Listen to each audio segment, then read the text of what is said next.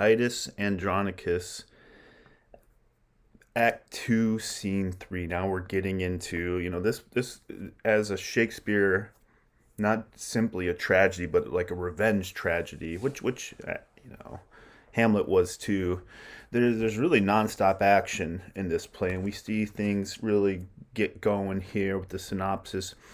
Aaron sets a trap to destroy Bassianus and put the blame on Titus's sons, Quintus and Marcius. He has Timora quarrel with Lavinia and Bassianus, a quarrel that ends in Bassianus' death at the hands of Chiron and Demetrius, who carry off Lavinia. There's that horrible moment there, horrible part. Aaron then brings Quintus and Marcius to the pit where Bassianus' body lies, and using a forged leather and hidden gold makes him appear guilty of the murder. Here's Aaron. Aaron doing some duplicitous acts here with a bag of gold, and this is a soliloquy right here. He that had wit would think that I had none. To bury so much gold under a tree and never after to inherit it. Let him that thinks of me so abjectly know that this gold must coin a stratagem, which cunningly effected will beget a very excellent piece of villainy.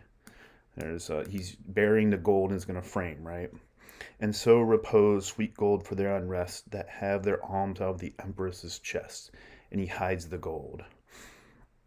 Here's Timora. My lovely Aaron, wherefore lookest thou sad when everything doth make a gleeful boast?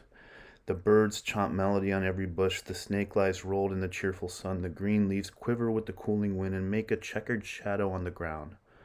Under their sweet shade, Aaron, let us sit, and whilst the babbling echo mocks the hounds, replying shrilly to the well-tuned horns as if a double hunt were heard at once. We have this double hunt, right?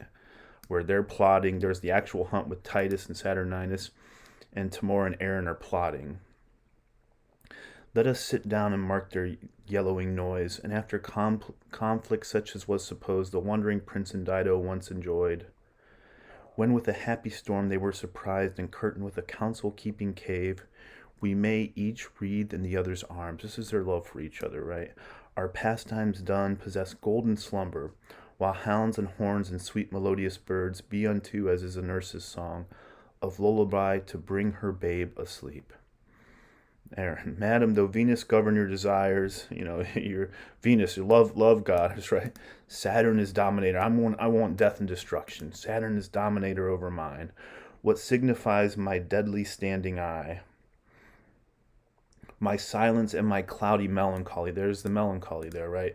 My fleece of woolly hair that now uncurls, even as an adder when she doth unroll to do some fatal execution. No, madam, these are no venereal signs. Vengeance is my heart. So this is, think of our vengeance. Aaron wants vengeance. Death in my hand.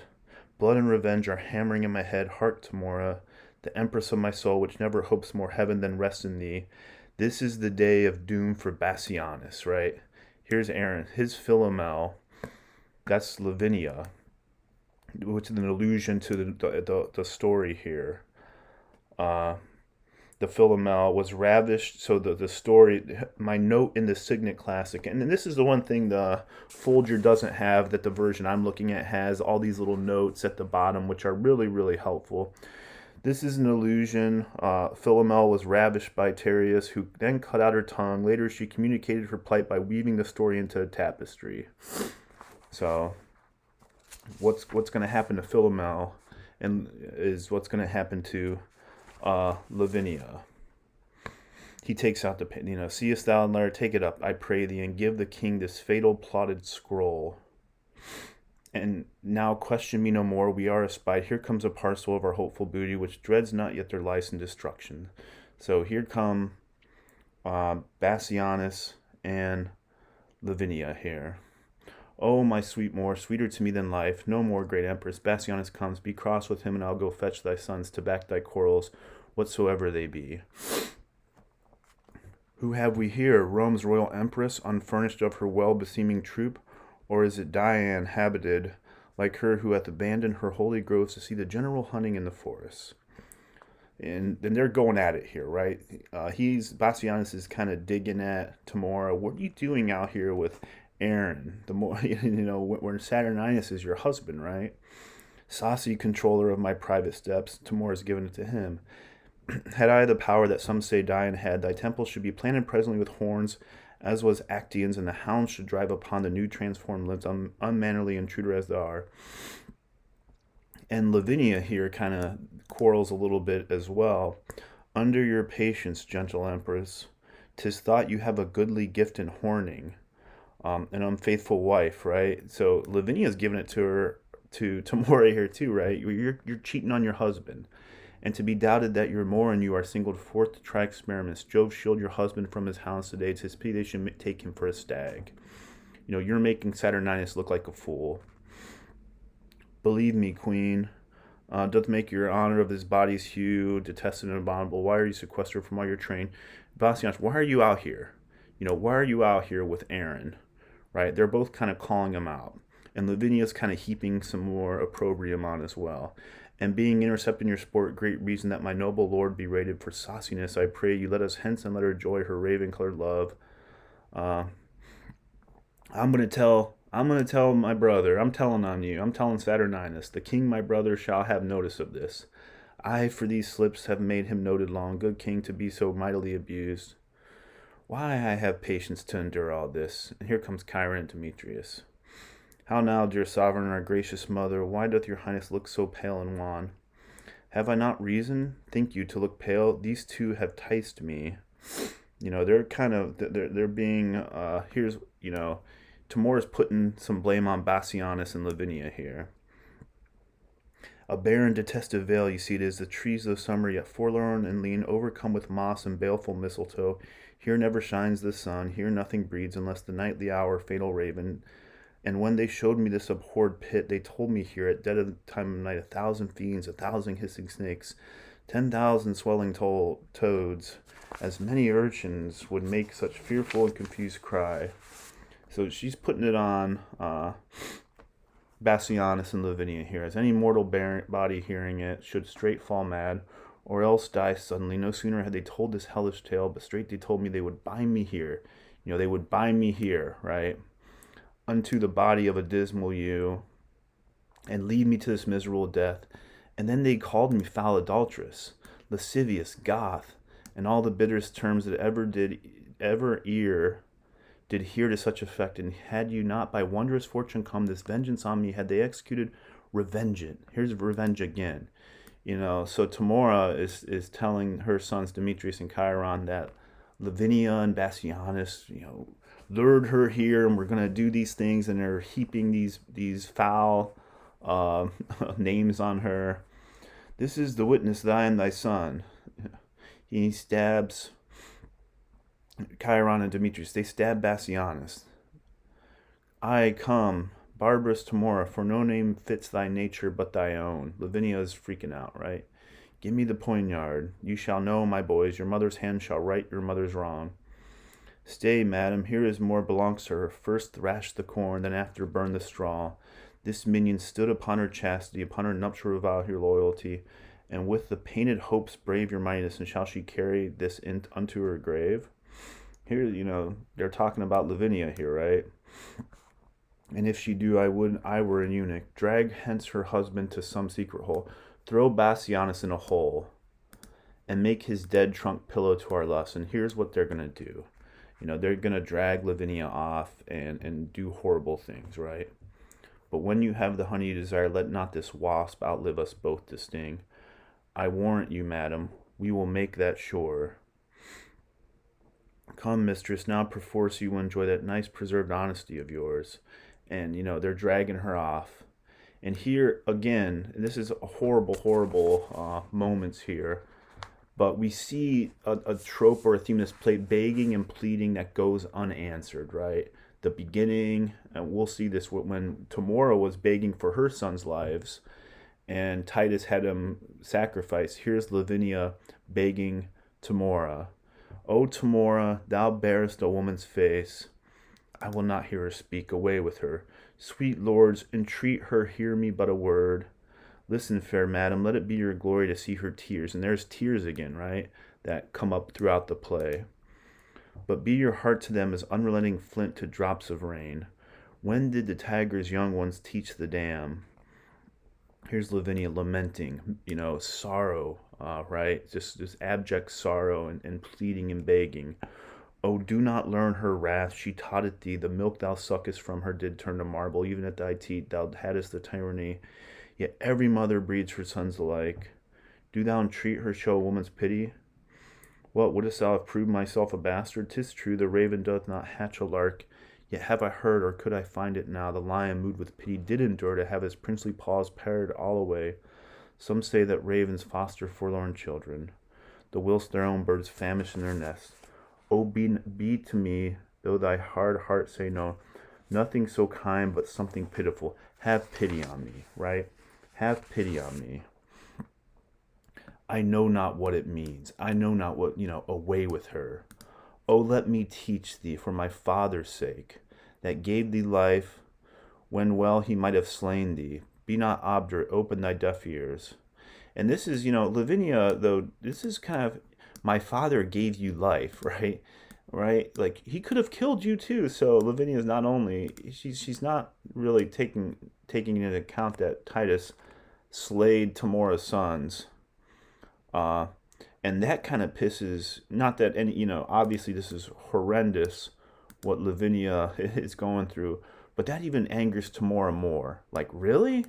Hadst thou in person never offended me, even for his sake, I am pitiless. Remember, boys, here's that moment, right? I poured forth tears in vain to save your brother from the sacrifice, but fierce Andronicus would not relent.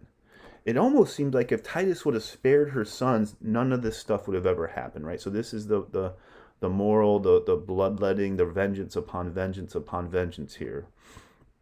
Therefore I show no pity to you, Lavinia. Away with her and use her as you will. The worse to her, the better loved of me. O Tamora, and Lavinia still pleading here, be called a gentle queen, and with thine own hands kill me. I'd rather you kill me here. Please kill me, a quick, merciless death. For 'tis not life that I've begged so long. Poor I was slain when Bassianus died. When my husband died, I was slain too. What beggest thou? Then, fond woman, let me go. Fond right here means foolish. Again, Lavinia, 'tis present death I beg. I'd kill me now. And one more thing that womanhood denies my tongue to tell. Oh, keep me from their worse and killing lust. Please keep me from what's going to happen. And tumble me into some loathsome pit where never man's eye may behold my body. Do this and be a charitable murderer. So should I rob my sweet sons of their fee? No, let them satisfy their lust on thee. Away, for thou hast stayed us here too long. No grace, Lavinia, no womanhood? Ah, beastly creature, the blot and enemy to our general name. Womankind, you're giving women a bad name, just your beastly nature. Confusion, fall, destruction, fall. So it's like that's Lavinia's last words here. And I think, confusion here is meaning destruction too. And it's going to fall, right? Because Titus is going to go, as bad as what's happening now, we will see Titus get his revenge at the end. Nay, then I'll stop your mouth. Bring now her husband. This is the hole where Aaron bid us hid him. So they throw Bassianus' body in the pit. Farewell, my sons. See that you make her sure. Ne'er let my heart know merry cheer indeed, till the Andronici may be made away. We want to get all the family, all the Andronici family. Now will I hence to seek my lovely more, and let my spleenful sons this troll deflower. So go ahead and do what you will with Lavinia. Aaron, come on, my lords, the better foot before. Straight will I bring you to the loathsome pit where I espied the panther fast asleep. Here are Titus's sons, right? My sight is very dull, whatever it bodes, and mine I promise you, were it not for shame, well I could leave our sport to sleep. And he falls into the pit. I've fallen into the pit, right? Speak, brother. Dismal that ever, so, oh brother, with the dismal object hurt that ever with eye, with sight made heart lament. They see their Bassianus' body, right? Now I will fetch the king to find them here, that he thereby may have a likely guess how these were that made away his brother. He frames them. He frames Titus' sons for killing a Bassianus, Saturninus' brother, right? Why does not comfort me and help me out from this unhallowed and bloodstained hole? I am surprised with an uncouth fear. A chilling sweat overruns my trembling joints. My heart suspects more than mine eye can hear. To prove thou hast a true divining heart, Aaron and thou look down into this den and see a fearful sight of blood and death. Aaron is gone, and my compassionate heart will not permit mine eyes to behold the thing where it trembles my surprise. O tell me who it is, for ne'er till now was I a child to fear I know not what. Bassianus. So here's Bassianus' body in this pit, all in a heap, like to a slaughtered lamb, in this detested, dark, blood-drinking pit. If it be dark, how does it know it's he? How do you know it's Bassianus? Upon his bloody finger he wears a precious ring that lightens all this whole, which like a taper in some monument does shine above the dead man's earthy cheeks and shows the ragged entrails of this pit. So pale did shine the moon on Pyramus when he by night lay bathed in maiden blood. O brother, help me. With thy fainting hand, if fear have made thee faint, as me it hath, out of this fell devouring receptacle as hateful as Cocytus' misty mouth. Cocytus, river in Hades, one of the rivers in Hades. Reach me the hand. Quintus is trying to help him up. I may be plucked to this deep pit. And then Quintus falls in, right? Both the brothers are in this pit with dead Bassianus, and here comes Aaron brings Saturninus and everyone else here, right? Along with me, I'll see what the hole is here, and what he is that now leapt in it. Say, who art thou that lately didst descend? The unhappy sons of old Andronicus, brought hither in the most unlucky hour to find thy brother Bassianus dead. My brother dead? I know thou dost but jest. You're joking, right? That's what. He and his lady both are at the lodge upon the north side of this pleasant chase. 'Tis not an hour since I left them. We know not where you left them all alive, but our last here we found them dead. Here comes Tamora, Titus, and Lucius. Where is my lord the king? Here Tamora, though grieved with killing grief. Where is thy brother Bassianus? And she knows, right? She knows this whole plan. Now to the bottom dost thou search my wound. Poor Bassianus here lies murdered. Then all too late I bring this fatal writ, the complot of this timeless tragedy, and wonder greatly that man's face can fold in pleading smiles the murderous tyranny. So here's the letter that Aaron had, right? That Aaron wrote. The letter that here's the letter. And if we miss to meet him handsomely, sweet huntsman Bassianus, 'tis we mean do thou so much as dig the grave for him. Thou knowest our meaning. Look for the reward among the nettles of the elder tree, which overshades the mouth, that same pit where we decreed to bury Bassianus. Do this and purchase us thy lasting friends. O tomorrow was ever heard the like. This is the pit, and this the elder tree. Look, sirs, if you can find the huntsman out that should have murdered Bassianus here. My gracious lord, Aaron, here's the gold. And Aaron buried the gold and wrote the letter and framed the two sons for the murder, right? Saturninus. And, this further shows to Saturninus that Titus and the Andronici family are betrayed him. Two of thy whelps fell curs of bloody kind. Have here bereft my brother's life, sirs. Drag them from the pit into the prison. There let them bide until we have devised some never heard of torturing pain for them. What? Are they in the pits? Oh, wondrous thing, how easily murder is discovered. And Titus is like, what? He's just so high emperor. Upon my feeble knee I beg this boon with tears not lightly shed, that this fell fault of my accursed sons, accursed if the faults be proved them. If this is true, they're accursed, right? If it be proved, you see, it is apparent. It's obvious, is what they're saying. Who found this letter? Tomorrow was you? Andronicus himself did take it up. I did, my lord. Yet let me be their bail. For by my father's revered tomb, I vow they shall be ready at your highness' will to answer their suspicion with their lives. So if they're guilty, they'll answer it. Thou shalt not bail them. See thou follow me. Some bring the murder body, some the murderers. Let them not speak a word. The guilt is plain. I already know they're guilty. That's what Saturninus is saying, even though it's all a ruse, right? For by my soul were there worse than death that end up upon them should be executed. Andronicus, I will entreat the king, fear not, thy sons shall do well enough. Come, Lucius, come, stay not to talk with them. So that's, we have all this plot here. Everything's in effect. the vengeance plot is rolling along.